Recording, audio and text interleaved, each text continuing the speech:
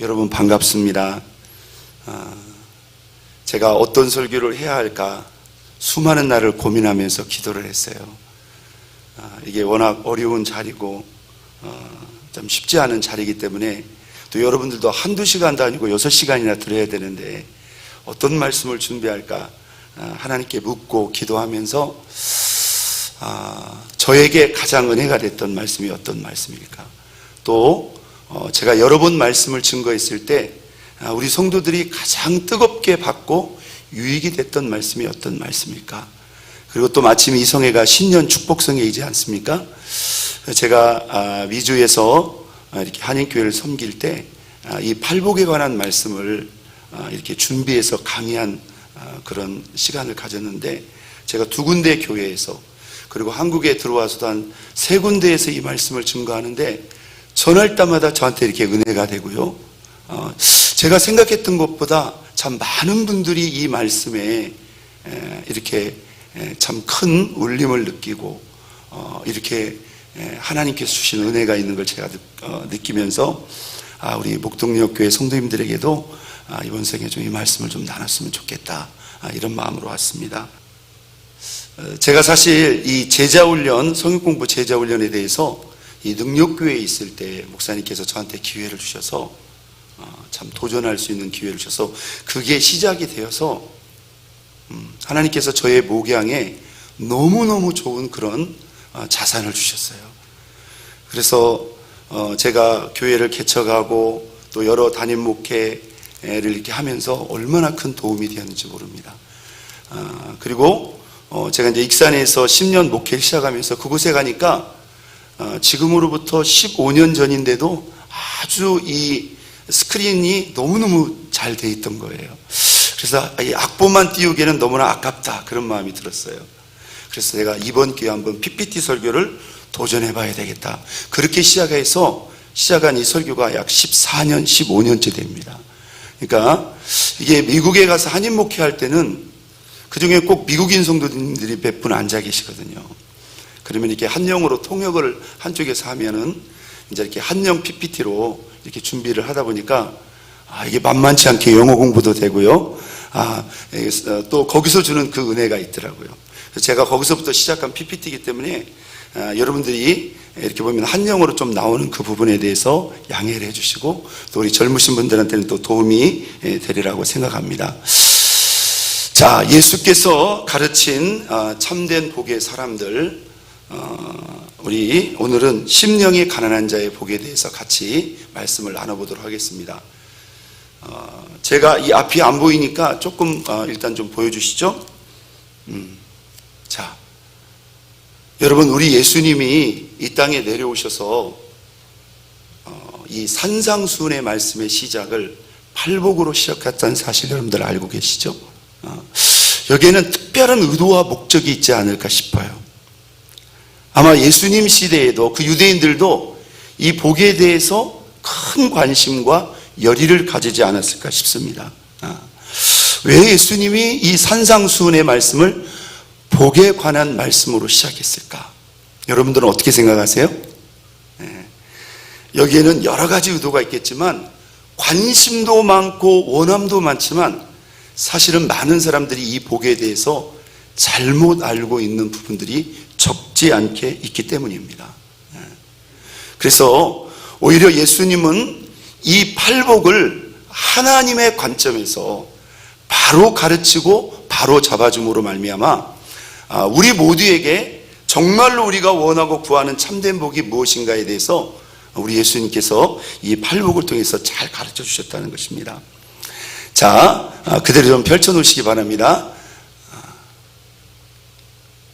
이게 안 넘어가는데요. 큰일 났네 이거. 주여. 네, 좋습니다. 여러분, 복이 있다는 것을 믿습니까?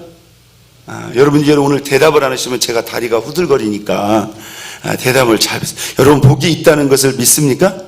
복이 실제로 있는 것일까요? 네. 여러분, 그 근거가 있다면 어떻게 대답하시겠습니까? 다 복복거리니까, 믿는 자나 안 믿는 자나 다 복복거리니까 복은 무조건 있는 겁니까? 그 근거를 대라고 그러면 뭐라고 대답하시겠습니까?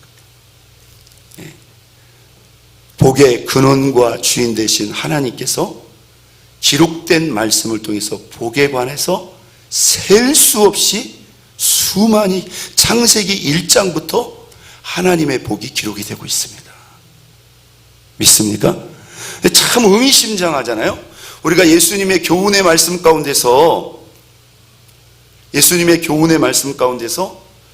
우리가 마태복음 5장, 6장 이 산상수훈의 말씀은 주옥 같고 보석 같은 말씀이에요. 그런데 왜 그 말씀을 복에 관한 말씀으로 시작했을까요? 자, 우리 한국인들은 어떤 민족보다도 이 복에 관해서 아주 열렬한 그런 마음들을 가지고 있습니다. 여러분 한번 보실까요? 자, 그냥 넘겨주시죠.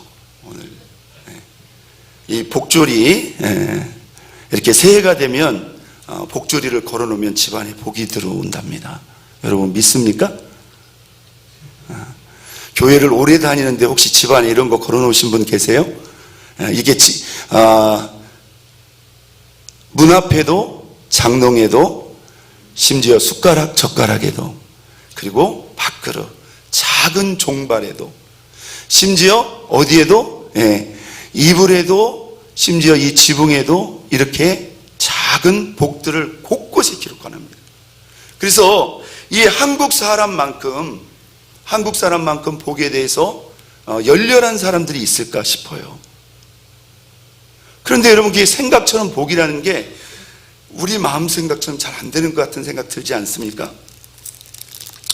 자, 오늘 우리 예수님께서 저와 여러분에게 이 주신 이 말씀을 통해서 저는 이 복을 저와 여러분들이 바로 잡아가기를 원합니다. 먼저 우리가 사람들이 이 복에 대해서 잘못 생각하고 있는 것에 대해서 같이 한번 짚어보기를 원합니다. 여러분, 어떤 것들이 있을까요? 사람들은요, 이 복을 지금까지도 어떻게 생각하냐면 행운이라고 생각합니다. 행운. 자, 운이라는 건 뭘까요? 내가 재수가 좋으면 있고 재수가 없으면 없다고 생각합니다. 여러분 그렇게 생각하세요? 교회를 다니는 사람들까지도 이렇게 생각하는 사람이 있어요. 어느 날 갑자기 굴러온 호박처럼 어느 날 갑자기 복이 우리에게 굴러온다고 생각을 해요. 또 어떤 것들이 있을까요? 이 복을 운명이라고 생각하는 사람이 있어요. 이것은 태어나기 전부터 이미 정해졌다는 거예요. 나는 복받을 팔자가 아니라는 거예요. 교회를 다니면서도 이렇게 말하시는 분들이 있어요. 여러분, 이거 다 잘못된 복의 개념들입니다. 여러분, 도대체 누가 이런 복의 개념들을 만들었을까요? 이건 하나님께로부터 온 것이 아닙니다. 분명히 하나님께로부터 하나님이 주시는 참된 복이 있는데 이렇게 사람들이 자기들의 추측과 상상으로 만들어 놓은 거예요. 또 어떤 사람들은 이렇게 말합니다. 복 그런 게 어디에 있어? 우리의 수고와 노력의 결과일 뿐이야. 동감하시는 분 있죠? 아예 복 자체를 부인하면서 우리가 일한 대로 거두고 우리가 일한 만큼 그게 삶의 결과이지 복이 어디가 있느냐고. 그런데 여러분 잘 생각해 보세요. 우리가 일한다고 해서 우리 원하는 바를 다 이룰 수 있나요? 한두 가지가 한계가 있는 게 아니거든요. 노력은 어느 정도 우리에게 삶에 기대하는 결과를 가져올 수 있지만 우리의 삶을 완벽하게 보장할 수 없다는 것입니다. 자, 이게 바로 복의 근원에 대한 사람들의 일반적인 잘못된 생각이라는 것입니다. 자, 반면에 이 복의 내용에 대해서 사람들은 복이 무엇일까? 대부분 사람들은 어떻게 생각합니까? 재물, 돈이라고 생각합니다. 여러분, 복의 지극히 일부분이 돈이 될 수는 있어요. 근데 이 자체를 우리가 복이라고 생각하면 안 됩니다. 혹은 성공이나 혹은 건강이나 또 그 복이 우리가 살아있는 이 세상에서 이루어져야만, 그러니까 복의 한계를 그냥 이 세상으로 한정 지어버려. 죽으면 무슨 소용이 있느냐는 거예요. 죽으면 다 끝 아닙니까? 아니라는 거예요. 여러분, 성경의 복의 범위는요, 이 모든 것들은 한 부분이고요, 이 세상뿐만 아니라 이 세상을 넘어 저 하늘에까지 이어지는 영원한 복에 대해서 우리 예수님은, 성경은 우리에게 말하고 있다는 것입니다. 사도 바울은 고린도후서 4장 18절에 이런 기록을 남기고 있습니다. 우리 다 같이 한번 읽어보겠습니다. 시작. 우리가 주목하는 것은 보이는 것이 아니요 보이지 않는 것이니 보이는 것은 잠깐이요 보이지 않는 것은 영원함이니라. 우리가 대부분 주목하는 것은 뭐다? 보이는 것이다. 우리가 주목해야 될 것은 그런데 보이는 것이 아니고 진짜 보이지 않는 것을 주목해야 된다. 보이는 것은 무엇이다? 잠깐이다. 보이지 않는 것은 무엇이다? 영원합니다. 자, 가치의 크기에 있어서 잠깐인 게 크겠어요? 여러분, 영원한 게 크겠어요? 이건 비교할 수가 없다는 것입니다. 여러분, 하나님의 복은 실제로 있는 걸까요? 없는 걸까요? 여러분, 실제로 있는 것입니다. 그런데 우리는 그 하나님의 복을 세상의 그 잡다한 근거도 없고 사람들의 상상과 추측에서 나오는 그런 잘못된 복의 지식이 혼합되어서 전혀 하나님의 복의 근거도 아닌 것들을 우리가 원하기도 하고 심지어 구하고 바라고 기다리기도 한다는 거예요. 오늘 우리 예수님이 팔복을 말씀하신 이유가 바로 여기에 있다는 것입니다. 여러분, 성경은요 아주 명백하게 우리에게 우리의 복의 유일한 근원과 주권자가 누구인가를 우리에게 이렇게 말씀하고 있습니다. 자, 역대상 29장 11절. 자, 이게 누구의 고백인지 한번 읽어보고 맞춰보시기 바랍니다. 읽겠어요. 여호와여, 광대하심과 권능과 영광과 이김과 위엄이 다 주께 속하였사오니 천지에 있는 것이 다 누구의 것이라? 주의 것이로소이다. 여호와여, 주권도 주께 속하였사오니 주는 높으사 만유의 머리이심이니이다. 할렐루야. 여러분, 누구의 고백인 것 같습니까? 네, 위대한 하나님의 사람 다윗 왕의 고백입니다. 다윗의 이 고백은 자신의 인생과 삶을 반영한 고백이에요. 다윗이 평생 하나님을 그렇게 신실하게 섬길 때 자기가 믿고 섬긴 하나님이 어떤 하나님인가를 그가 수많은 회중 앞에서 이렇게 고백한 겁니다. 여호와여, 광대하심, 권능과 영광과 이김과 위엄이 다 주께 속하였나이다.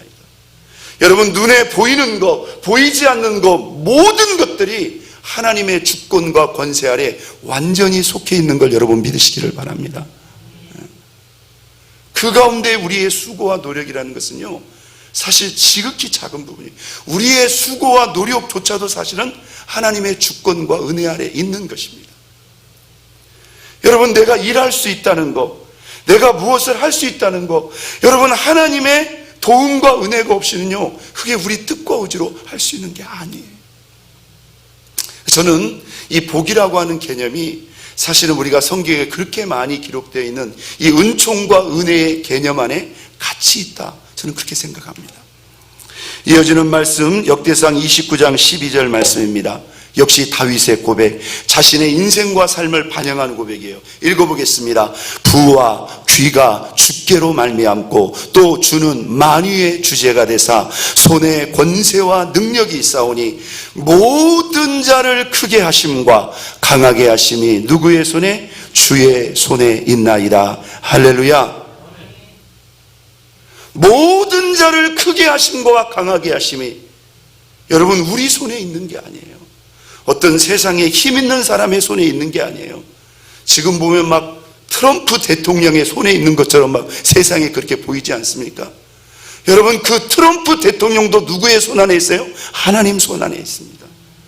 앞으로 우리에게 어떤 시대가 올지 우리가 지금 예측할 수 없는 시대에서 있어요. 여러분, 그러나 두려워하지 마십시오. 우리 하나님이 달라진 건 전혀 없다는 거예요. 믿으시면 하면, 뭐 최첨단 AI 시대, 로봇의 시대가 온다, 앞으로 그 빠른 변화의 속도를 우리가 이제 감당할 수가 없다. 여러분, 우리 하나님은 여전히 살아계십니다. 여전히 그 가운데서도 모든 사람을 크게 하심과 강하게 하심이 우리 예수님의 손에 있는 것을 여러분 믿으시기를 바랍니다. 자, 우리가 잘 아는 대로 그냥 제가 설명하는 그 PPT를 보이시면서 그렇게 넘겨주셨으면 좋겠습니다. 여러분, 산상수훈을 보시면 우리 예수님이 이렇게 산유에서 하나님의 백성들이 꼭 알아야 될 주옥 같은 하나님의 말씀을 우리에게 증거해 주셨습니다. 오늘 예수님은 우리에게 참된 복의 사람들이 누구인가를 이 팔복을 통해서 우리에게 보여주고 있다는 거예요. 자, 우리가 평생 하나님 앞에 복을 원했습니다. 복을 구했습니다.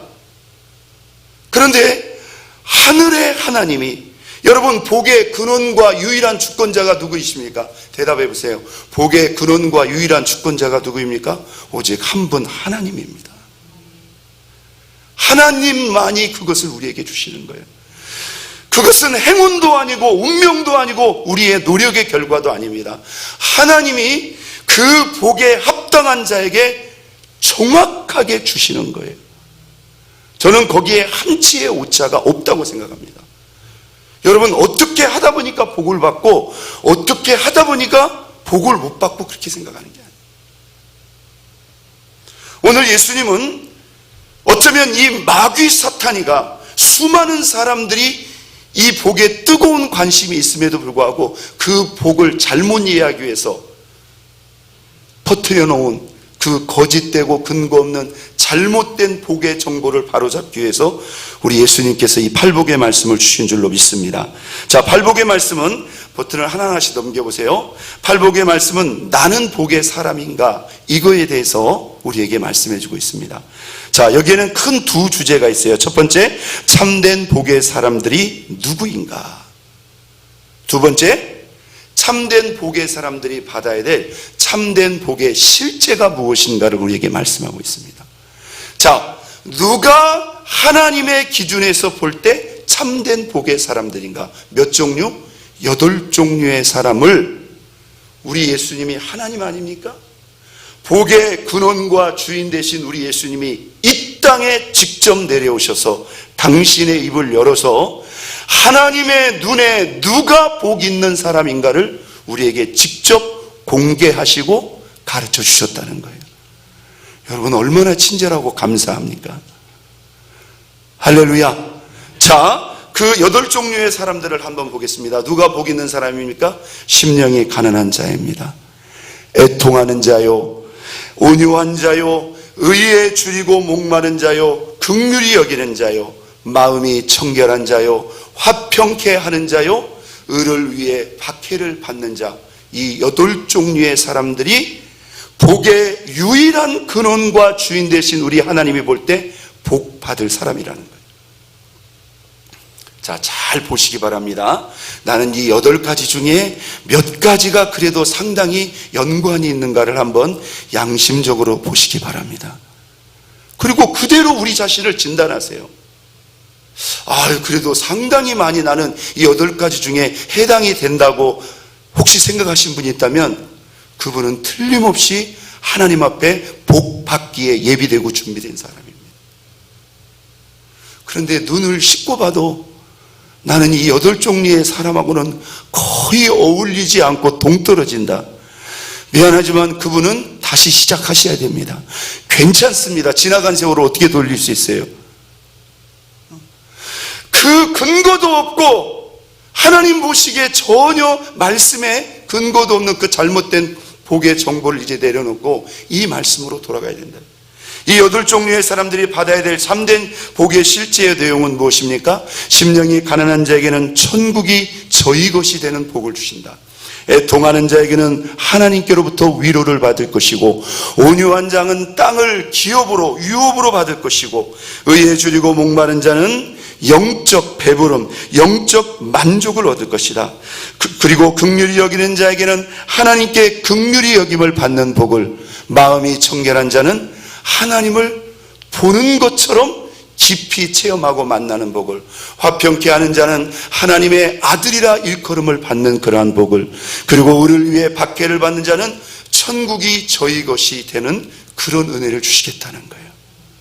여러분, 이 전반부는요, 누가 하나님의 기준에서 복 있는 사람인가? 이 하반부는 뭐예요? 그 복 있는 사람들에게 우리 주님이 약속하신 복의 실체, 복의 실체적인 내용이라는 거예요. 여러분, 우리는 이 팔복의 의미를, 이 팔복의 가치를 어떻게 생각해야 될까요? 저는요, 이 말씀을 묵상하면 묵상할수록, 가르치면 가르칠수록 우리 성도들에게 이 복을 성경대로 하나님의 관점에서 제대로 가르치는 게 너무나 중요하구나. 자, 갈라디아서 4장 19절에 보면 사도 바울이 이런 기록을 남기고 있습니다. 나의 자녀들아, 너희 속에 그리스도의 형상을 이루기까지 다시 너희를 위하여 해산하는 수고를 하노니. 우리 신앙생활의 목적이 뭡니까? 그리스도의 형상을 이루어가는 겁니다. 예수님을 본받는 거예요. 여러분, 그 그리스도의 형상이라는 게 뭘까요? 바로 이 팔복의 8종류의 사람이 아닐까요? 에베소서 4장 13절에 보니 바울은 또 이렇게 말합니다. 우리가 다 하나님의 아들을 믿는 것과 아는 일에 하나가 되어 그리스도의 장성한 분량이 충만한 데까지 이르니. 여러분, 우리가 팔복을 알았다고 해서 하루아침에 팔복의 사람이 될 수 있는 것은 아닙니다. 어쩌면 우리가 평생 이 팔복의 사람이 되기 위해서 우리는 부단히 기도하고 또 도전하고 노력해야 될 줄로 믿습니다. 여러분, 우리가 성장해야 될 그리스도의 장성한 분량이 무엇일까? 저는 이 팔복의 사람이 아닐까? 그런 생각을 해보았습니다. 디모데후서 3장 17절에 보니까 모든 성경은 하나님의 감동으로 된 것으로 교훈과 책망과 바르게 함과 의로 교육하기에 유익하니 이 성경은 하나님의 사람으로 온전하게 하며 모든 선한 일을 행할 능력을 갖추게 한다.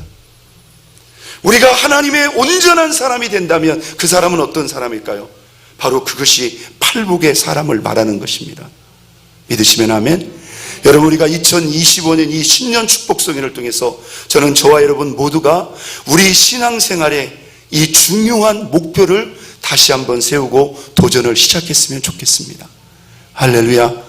우리가 그렇게 많이 읽었던 마태복음 5장 산상수훈의 시작의 이 팔복의 말씀을 우리가 이렇게 진지하게 깊이 있게 우리가 생각해 본 적이 있으십니까?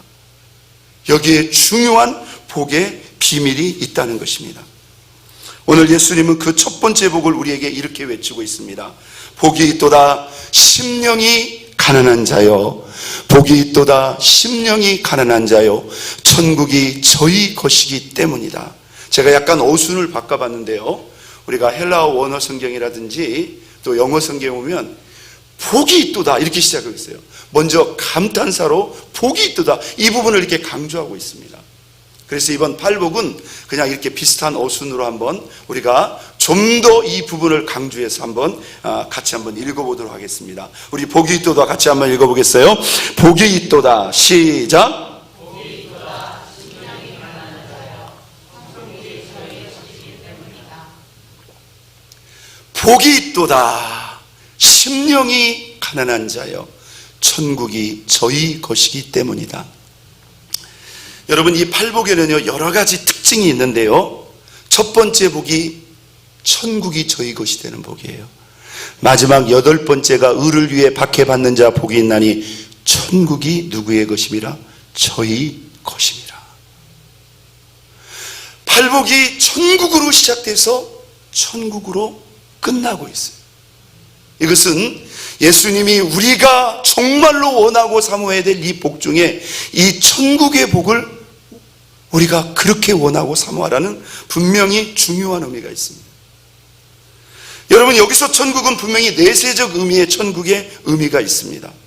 그런데요, 우리가 이 원어상의 이 의미를 보면 천국을 내 것처럼 소유한다는 거예요. 내 것처럼.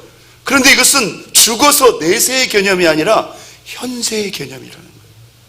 우리가 이 땅에서 우리의 마음을 온전히 가난하게 할 수 있다면 하나님의 천국이 이 땅에서 우리가 성령 충만하고 은혜 충만할 때 가끔 느끼고 체험하는 정도가 아니라 누구 것처럼? 내 것처럼. 여러분, 내 것이 된다는 말은 무슨 말이에요? 내가 원할 때, 내가 느끼고 싶을 때, 내가 누리고 싶을 때 언제든지 내 것처럼 느낄 수 있는 거잖아요. 그렇게 천국을 소유할 수 있다는 거예요. 자, 여러분, 이 천국의 의미가 무엇일까요? 우리가 신약 성경에 보면 마태는 이 천국을 하나님의 나라라고 천국으로 많이 기록을 했습니다. 그리고 이제 이후의 복음서들 같은 경우는 하나님의 나라로 많이 기록했는데, 우리가 누가복음 17장 20절에 보면 우리 예수님이 이 천국 하나님의 나라에서 아주 우리에게 유명한 말씀을 하시지 않습니까? 자, 현세의 천국을 우리가 느끼고 소유할 수 있는가? 이 말씀이 분명한 근거가 되는 거예요. 있겠어요? 예수께서 대답하여 이르시되 하나님의 나라는 볼 수 있게 임하는 것이 아니요 또 여기 있다 저기 있다고도 못하리니 하나님의 나라는 어디 안에 있느니라? 너희 안에 있느니라. 이 하나님의 나라가 곧 천국이고 천국이 하나님의 나라입니다. 천국은 장소의 개념이고 하나님의 나라는 그 천국을 다스리는 주인, 통치자가 누구인가? 하나님을 강조하고 있는 거예요. 같은 개념입니다. 왜 같은 개념인가? 우리가 사복음서의 말씀을 대조해 보면 천국이라는 단어를 다른 복음에서는 하나님의 나라로 쓰고 있고, 이것이 혼용되고 있기 때문에 이것은 같은 개념을 다르게 표현하고 있는 거예요. 근데 여기 보면 분명히 하나님의 나라가 현재 우리 안에 있을 수 있다고 말하고 있어요. 분명히 우리가 이 땅에서 천국을 우리 안에 소유할 수 있다는 거예요. 여기는 있다고 표현했지만 우리 예수님은 팔복에 뭐라고 표현했습니까? 너희의 것이 될 것이다. 너희의 것이 될 것이다. 이렇게 말합니다. 자, 우리가 전도서 1장 2절의 말씀에 보면요, 사실 여러분 우리가 세상 복의 기준으로 보면 가장 성경에 최고의 복을 갖고 받고 누렸던 사람이 누구죠? 누굽니까? 바로 우리가 솔로몬 왕을 생각하지 않을 수 없어요.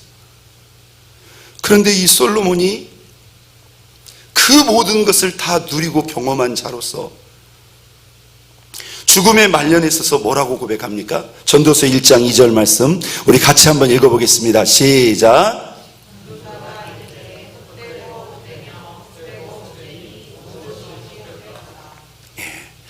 여러분, 이 말씀을 읽으면 자기는 다 갖고 누렸다고 이렇게 말해도 되나?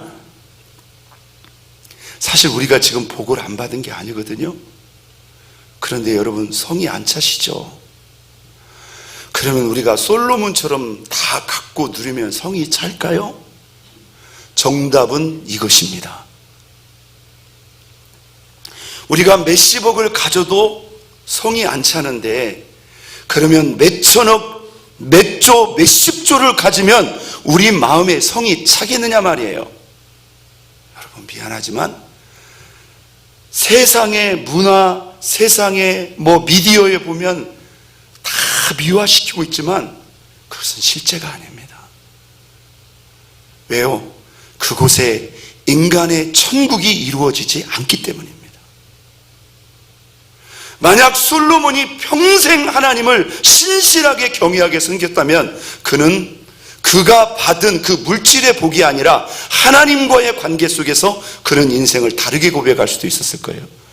그런데 분명히 하나님이 주신 그 엄청난 복을 그가 받았는데 정작 누구를 잃어버렸어요? 하나님과의 관계가 깨어지고 단절돼 버리니 자기가 받았던 그 복이 하루아침에 뭐예요? 헛된 것이 돼버리더라 이거예요. 여러분, 이것도 아주 중요한 비밀입니다. 전도서 1장 8절 이어지는 말씀이 있겠습니다. 모든 만물이 피곤하다는 것을 사람이 말로 다 할 수 없나니 눈은 보아도 족함이 없고 귀는 들어도 가득 차지 아니하는도다. 여러분보다 더 잘 살고 여러분들보다 더 많이 가진 사람, 여러분 크게 부러워하지 마세요. 그것 때문에 막 여러분 스스로 괴로워하거나 열등감 느낄 필요 없습니다. 여러분, 더 많이 가져도 더 많이 누려도 그것이 우리에게 만족을 주는 것이 아니라는 거예요. 이것이 바로 풀리지 않는 세상부의 오해와 착각입니다. 여러분, 이것이 왜 그런 줄 아세요? 천국이 하나님이 다스리시고 통치하는 나라라면 정반대로 그 하나님이 없는 인간이 주인된 나라, 그곳에는요 절대로 인간이 완전히 만족할 수 있는 참된 복, 참된 천국이 있을 수 있다 없다? 없다. 하나님이 절대로 허락하지 않습니다. 그러니까 이 하나님이 주신 완벽한 복, 그 천국의 복은 하나님과의 관계 속에서 주어지는 것이지, 하나님과의 관계가 깨어지거나 흐트러지면 우리가 다 받은 이후에도 뭡니까? 그것은 다 의미를 잃어버리게 된다는 거예요. 여러분, 사마리아 여인 안에 만족할 수 없는 그 목마름의 고백을 이렇게 고백하지 않습니까? 읽어보겠습니다. 예수께서 대답하여 이르시되 이 물을 마시는 자마다 다시 목마르니와 내가 주는 물을 마신 자는 영원히 목마르지 아니하리니 내가 주는 물은 그 속에서 영생하도록 솟아나는 샘물이 되리라. 할렐루야. 이 하나님이 주시는 물, 이게 뭘까요? 말씀일 수도 있습니다. 은혜일 수도 있습니다. 그런데요, 저는 이게 복일 수도 있다고 봐요. 하나님의 관계 속에서 하나님이 주시는 복은요, 하나님이 주시는 것은 다시 목마르지 않대요. 그런데요, 세상이 주는 것은요, 아무리 범하시고 아무리 갖고 아무리 쌓아두어도요, 그곳에 만족이 있다 없다? 없다. 우리 인간이 누구에게로부터 왔기 때문에요? 하나님께로부터 왔기 때문입니다. 여러분, 여리고성의 석게오가 자기가 원하는 것 다 이루고 다 갖지 않았습니까? 그렇게 욕을 얻어먹으면서 민족을 배신하고 하나님을 배신하고 큰 부자가 되지 않았습니까? 그런데 그 사람이 누구를 만나고 싶어 했어요? 예수님을 만나고 싶었어요. 왜요? 예수님을 만나지 않는 그에게는요, 자기가 그 모든 것을 가지면 그곳에 완벽한 만족과 천국이 있을 줄 알았더니 아니라는 것을 그가 스스로 고백하고 있는 것입니다. 여러분, 아브라함의, 우리가 요한계시록 21장 2절에 보면 오늘 우리가 이 천국의 복의 실제를 우리가 깨달을 수 있습니다. 자, 하나님께서 사도 요한을 통해서 우리에게 직접 천국을 보여주신 장면이 있어요. 자, 계시록 21장 2절입니다. 여러분, 천국에 대한 기록 가운데서, 정보 가운데서 우리가 가장 믿을 수 있는 기록과 정보는요, 이 계시록의 말씀입니다. 자, 읽어보겠어요. 또 내가 보매 거룩한 성 새 예루살렘이 하나님께로부터 하늘에서 내려오니 그 준비한 것이 신부가 남편을 위하여 단장한 것 같더라.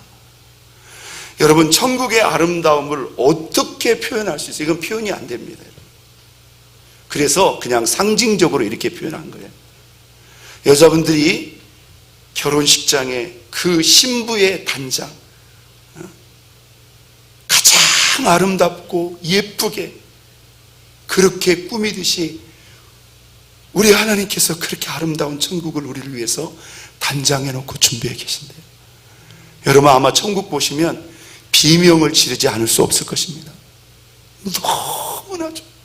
여러분, 요즘에 보면 우리가 지구촌 곳곳을 우리가 풀 HD 막 선명한 화면으로 보잖아요. 보면 여러분, 지금 이 인간의 탐욕으로 말미암아 망가진 지구임에도 불구하고 여러분, 지구상 곳곳이 얼마나 아름답습니까? 그거 다 하나님의 설계에서 나온 거예요. 이 지구도 이렇게 아름다운데 하나님이 우리를 위해서 예비하신 저 영원한 나라는 얼마나 아름답겠느냐 이 말. 자, 두 번째 천국에 관한 말씀 21장 3절입니다. 읽겠습니다. 내가 들으니 보좌에서 큰 음성이 나서 이르되 보라, 하나님의 장막이 사람들과 함께 있음에 하나님이 그들과 함께 계시리니 그들은 하나님의 백성이 되고 하나님은 친히 그들과 함께 계셔서. 이게 천국이래요. 자, 이 21장 3절에서 여러분, 천국의 주된 특징, 공통점을 발견할 수 있겠습니까? 천국이 천국일 수 있는 가장 크고 중요한 이유. 자, 4절 밑으로 한번 내려가 보겠습니다. 자, 4절에 보니 또 천국은 어떤 곳인가? 모든 눈물을 그 눈에서 닦아주시니 다시는 사망이 없고 애통하는 것이나 곡하는 것이나 아픈 것이나 이런 것이 다시 있지 아니하리니 처음 것이 다 지나갔습니다. 이 천국이 실제로 우리를 위해서 예비되고 준비되었습니다. 할렐루야. 자, 우리는 상상할 수 없는 아름다운 천국에 대한 기대와 소망을 가지고 있어요. 그리고 4절, 눈물도 없고 사망도 없고 애통도 없고 곡하는 것, 아픈 것, 이런 것들이 전혀 없는 천국을 너무너무 소망하고 기대하고 있어요. 그런데 여러분, 이 모든 것보다도 사실 천국인 가장 중요한 포인트, 이유는요, 2절에 답이 있습니다. 뭘까요? 여러분, 눈을 크게 뜨고 한번 찾아보세요. 자, 2절에 반복되고 있는 단어가 뭘까요? 하나님의 장막이 사람들과 함께 있음에, 또 하나님이 그들과 함께 계시리니 그들은 하나님의 백성이 되고 하나님은 친히 그들과 뭐 하셔서? 함께 계셔서. 여러분, 천국인 이유가 뭔지 아세요? 하나님이 우리와, 여러분 가족, 집안에서 여러분 가족들과 함께 하듯이 하나님이 우리와 늘 함께 할 수 있다는 거예요. 그 천국의 주인이 우리 하나님이요, 그 천국을 다스리는 분이 하나님이요, 그런데 그 천국의 주인이신 우리 하나님이 우리가 어렵거나 거리감이 있는 것이 아니라 우리 가족처럼 친밀하게 함께 할 수 있다는, 그 하나님으로 말미암아 천국 되는 걸 여러분 믿으시기를 바랍니다. 2절에 표현할 수 없는 이 아름다움도, 4절에 이 모든 인간의 그 모든 고통으로부터의 해방도, 이 3절에 있는 하나님이 함께하기 때문에 우리에게 부어지는 은혜라는 것입니다. 그러므로 천국의 핵심은 바로 무엇인가? 하나님의 함께하심이라는 거예요. 자, 지금 우리가 중요한 부분을 향해서 가고 있는데요, 여러분, 오늘 첫 시간 나오신 분들이 사실 제일 중요해요. 왜냐하면 이 팔복이 전체적으로 흐르는 하나의 메시지가 바로 이 부분입니다. 왜 예수님이 이 8종류의 사람을 복 있는 사람이라고 했을까? 여러분, 왜 그랬을 것 같습니까? 여기에 중요한 이유와 근거가 거기 있는 거예요. 자, 제가 이미 말씀을 드렸어요. 자, 최고의 복은 무엇인가? 그것은 바로 하나님이 함께 하시는 것이라는 거예요. 왜요? 하나님이 함께 하실 때 그곳에 뭐가 이루어진다? 천국이 이루어진다. 자, 여기서 우리가 천국을 소유하는 복이 이루어지게 된다는 것입니다. 자, 아브라함의 복의 비밀을 우리가 한번 보게 되면요, 하나님의 복이 얼마나 실제적인가를 우리가 느낄 수 있습니다. 여러분, 우리 하나님께서요, 75살 된 아브라함을 부르시면서 먼저 복에 관해서 말씀합니다. 이 12장 2절입니다. 시작. 내가 너로, 같이 읽겠습니다. 시작.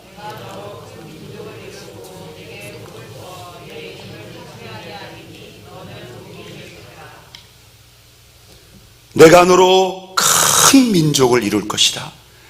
그리고 내게 복을 주어 너의 이름을 참되게 할 것이다. 그리고 너는 뭐가 될 것이다? 복이 될 것이다. 여러분, 이런 말씀을 누가 할 수 있을까요? 이 아브라함에게 하나님이 하신 이 말씀에 보면 하나님이 복의 완벽한 주인이요 주권자라는 것을 우리가 생생히 느낄 수 있어요. 우리는 역사적으로 이 말씀이 실제로 이루어졌는가를 알아요, 몰라요? 안단 말입니다.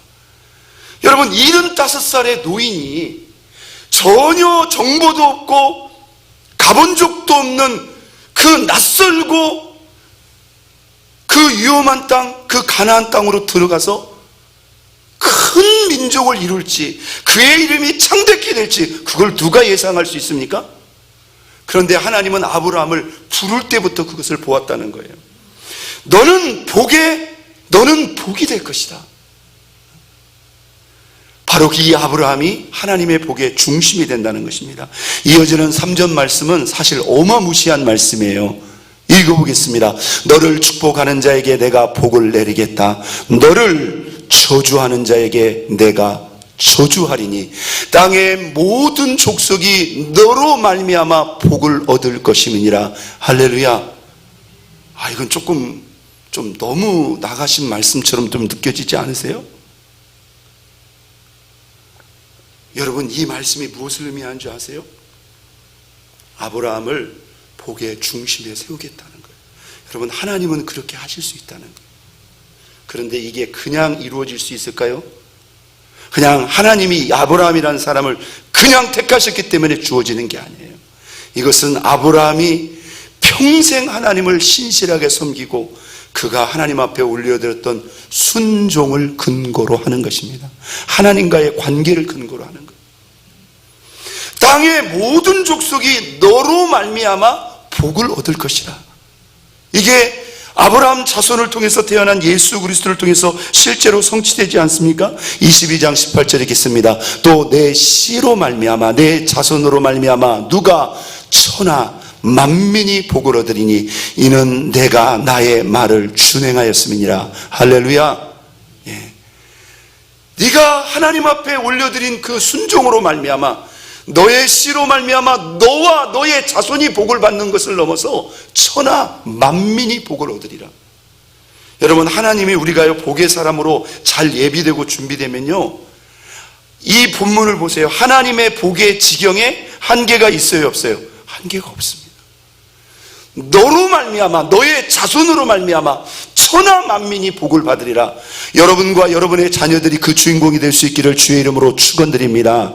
우리가 하나님을 아브라함처럼 사랑할 수 있다면, 아브라함처럼 하나님을 신뢰할 수 있다면, 아브라함처럼 하나님 앞에 순종할 수 있다면, 지금은 아브라함이 지금 당장에 아기도 없다니까요. 그런데 그 자녀들을 바라보면서 주님이 이 복을 빌었다. 여러분, 놀랍지 않습니까? 하나님은 그렇게 멀리 보신다는 거예요. 자, 오늘 우리가 이 팔복을 통해서 깨달아야 될 하나님의 참된 복의 기준과 핵심이 무엇인가? 바로 하나님과의 관계에 있다는 겁니다. 이걸 우리는 누구를 통해서 더 쉽게 깨달을 수 있는가? 바로 요셉의 복의 비밀입니다. 여러분, 요셉은요 복을 받기에는 어떤 조건이었어요? 최악의 조건입니다. 그는 태어날 때부터 어린 나이에 엄마를 잃었어요. 진짜 요셉이 복이 있다면 아버지 사랑을 독차지했던 거. 그런데 그 복 때문에 형제들한테 얼마나 왕따를 당하고 얼마나 마음의 상처가 많아.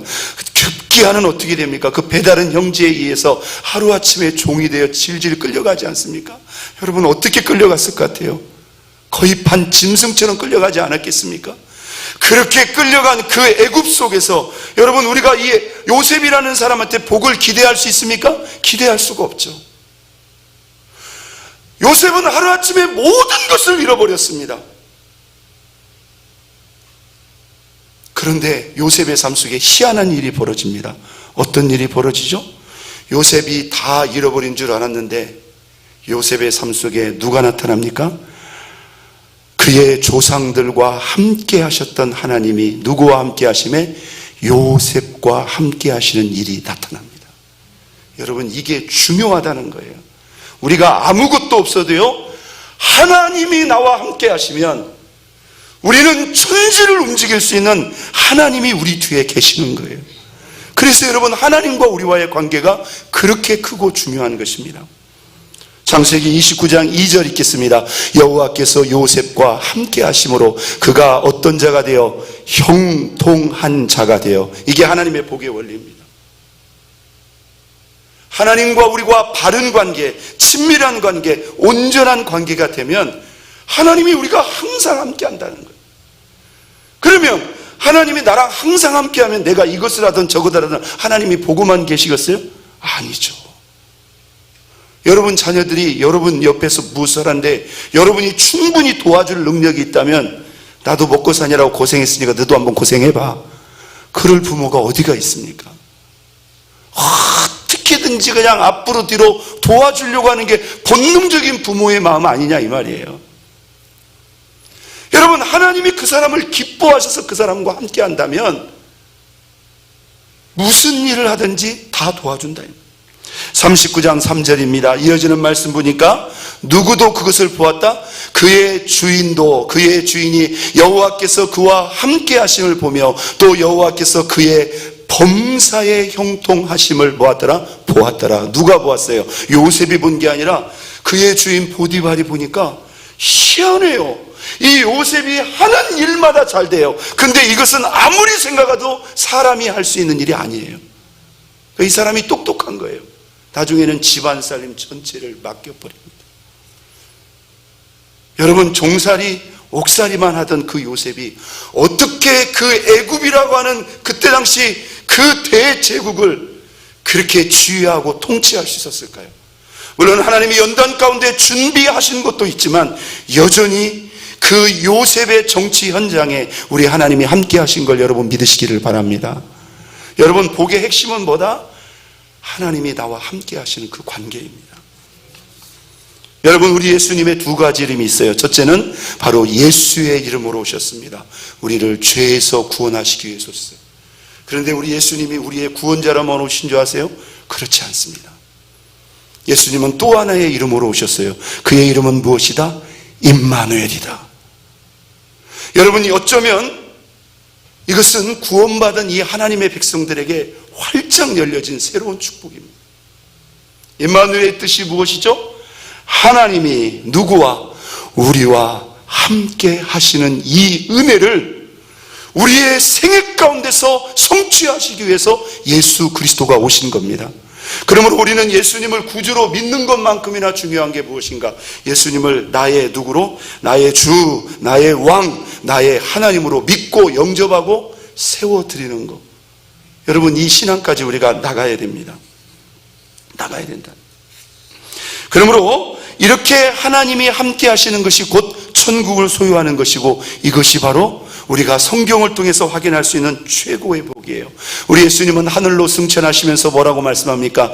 너희는 모든 민족을 제자로 삼아 아버지와 아들과 성령의 이름으로 세례를 주고 내가 너희에게 분부한 모든 것을 가르쳐 지키게 하라. 그리고 어떤 약속의 말씀을 주셨죠? 볼지어다 내가 세상 언제까지, 끝내까지 너희와 어떻게? 항상 함께 있으리라.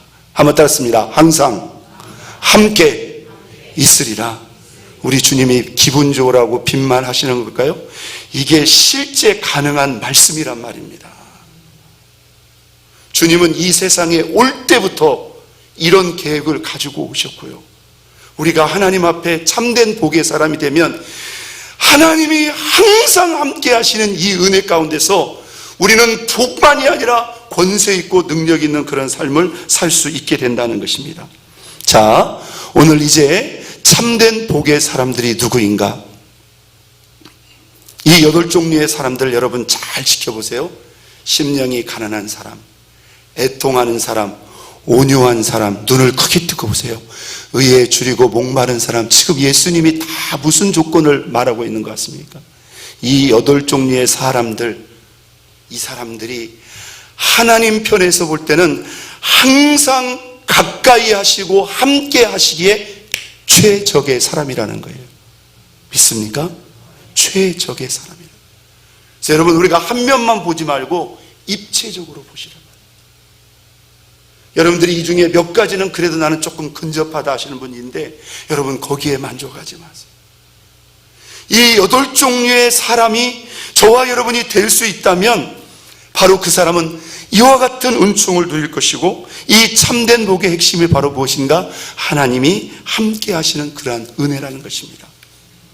자, 오늘 그 첫 번째로 복이 있도다 심령이 가난한 자요 천국이 저희 것이 되기 때문이다. 우리의 마음이 하나님 앞에 가난해질 수 있다면 천국이 내 것처럼 소유할 수 있다. 이 말이 무슨 말입니까? 이것은 예수님이 내 안에서 항상 주인 되셔서 나를 완벽하고 다스리고 통치하시는 하나님이 항상 함께 하시는 관계가 되지 않고서는 천국이 내 것이 될 수 있어요, 없어요? 이건 말이 안 되는 겁니다. 천국은 누가 다스리는 나라예요? 하나님이 다스리는 나라예요. 그런데 그 하나님이 있다가 없다가, 은혜가 있을 때는 좀 있는 것 같다가 은혜가 없을 때는 주님이 내 안에 계신가 안 계신가? 그런데 우리의 심령이 가난해지면, 온전히 가난해지면 우리 주님이 우리와 함께 하시는데 항상 함께 하시고, 그것으로 말미암아 우리가 천국을 느끼고 맛보는 정도가 아니라 내 것처럼 소유할 수 있는 은혜가 열려지는 걸 여러분 믿으시기를 바랍니다. 여러분, 이 팔복의 내용은요 낮은 수준의 복이 아닙니다. 우리가 천국을 내 것처럼 느끼고 누린다면 우리 삶의 일반적인 것은, 그것은 하나님 보시기에 아무것도 아닌 거 아닙니까? 그것은 그냥 더하여 가는 거예요. 우리가 이 핵심을 볼 수 있기를 바랍니다. 자, 오늘은 그냥 간략하게 심령이 가난한 자의 복에 대해서 오늘은 첫 시간이기 때문에, 그러면 이 심령의 가난함이라는 것은 무엇을 말할까요? 자, 이 헬라적인 의미로 볼 때 이 가난함이라는 것은 마음이 가난하다, 마음을 비워야 된다, 마음을 좀 내려놔야 된다는 거예요. 우리 속에 하나님이 우리와 늘 함께 하시기에는 문제가 될 수 있고 장애가 될 수 있는 이 심령이라는 것은 우리 마음의 영역입니다. 그러니까 우리의 마음, 우리의 생각 속에 우리가 비우고 내려놔야 될 것이 있어요.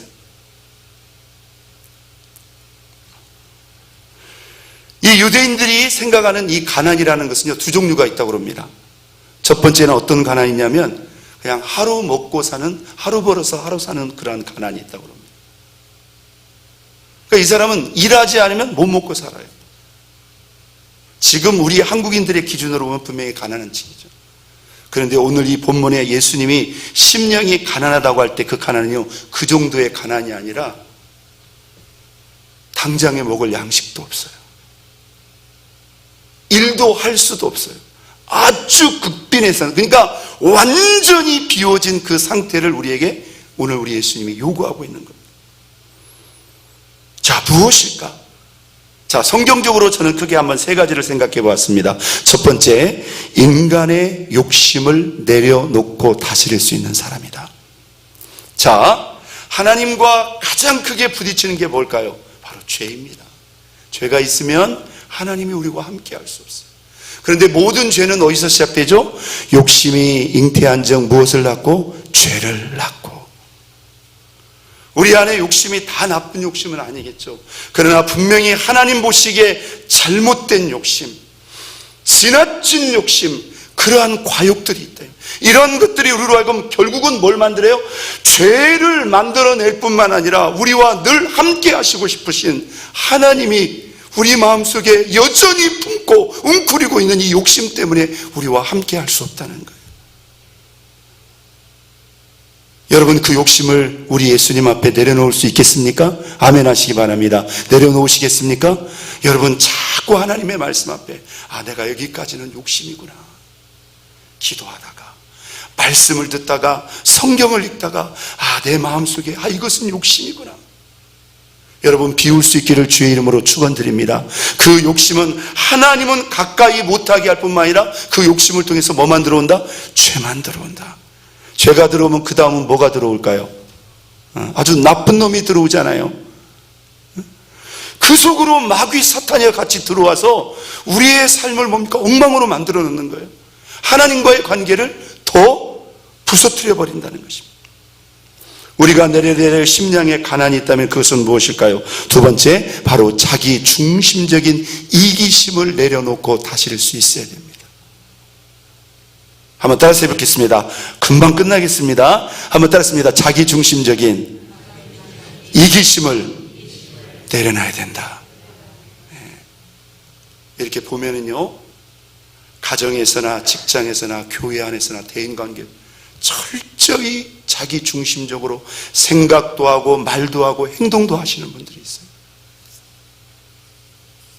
여러분, 이 자기 중심적인 이기심이 있으면 하나님이 함께 할 수가 없다는 거예요. 그 속에 천국이 임할 수가 없다는 거예요. 여러분, 그것을 우리 자신이 모르는 게 아닙니다. 예수님이 제자의 첫 번째 조건으로 무엇을 제시하셨죠? 누구든지 나를 따라오려거든 누구를 부인하고? 자기를 부인하고. 이 자기 중심적인 생각, 자기 중심적인 이기심을 자꾸 비워야 됩니다. 할렐루야. 이것이 있으면 안 됩니다.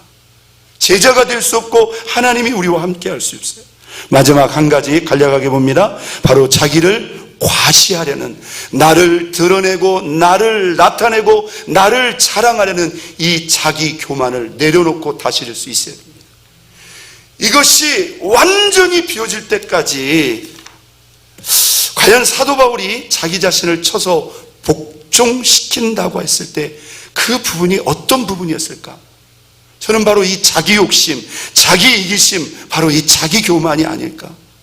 여러분, 우리가 생각하기에는요, 사도 바울 목사님 같은 분이 이런 게 있을까? 아닙니다, 여러분. 죄성을 가지고 있는 인간들은요, 영적으로 조금만 느슨해지고 조금만 방심하면요, 죄성으로부터 이게 올라오게 돼 있습니다. 이게 올라온다고 생각할 때 우리는 어떻게 해야 돼요? 하나님의 말씀으로 하나님을 의지해서 이걸 비우고 내리고 또 내려놔야 될 줄로 믿습니다. 마지막 퀴즈 하나를 드리겠습니다. 여러분, 지금 살아있는 인간 중에 가장 심령이 가난한 사람이 누구일까? 어디에 있는 사람일까? 라고 생각한다면, 참고로 힌트로 병원입니다. 병원 안에서도 심령이 가장 가난한 자가 있다면 무슨 실일까요? 중환자실입니다. 중환자실. 의식은 있는데 아무것도 할 수 없어요. 여러분, 혹시 그 중환자실에 있는 분들이 명품을 바랄까요?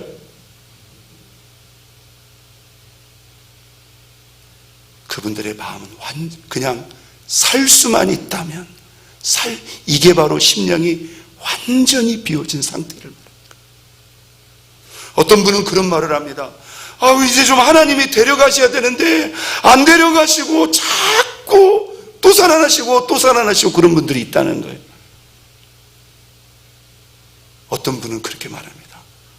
어린 아이와 같은 상태가 되어야 된다. 아니면 심령이 가난한 자가 되어야 된다는 거예요.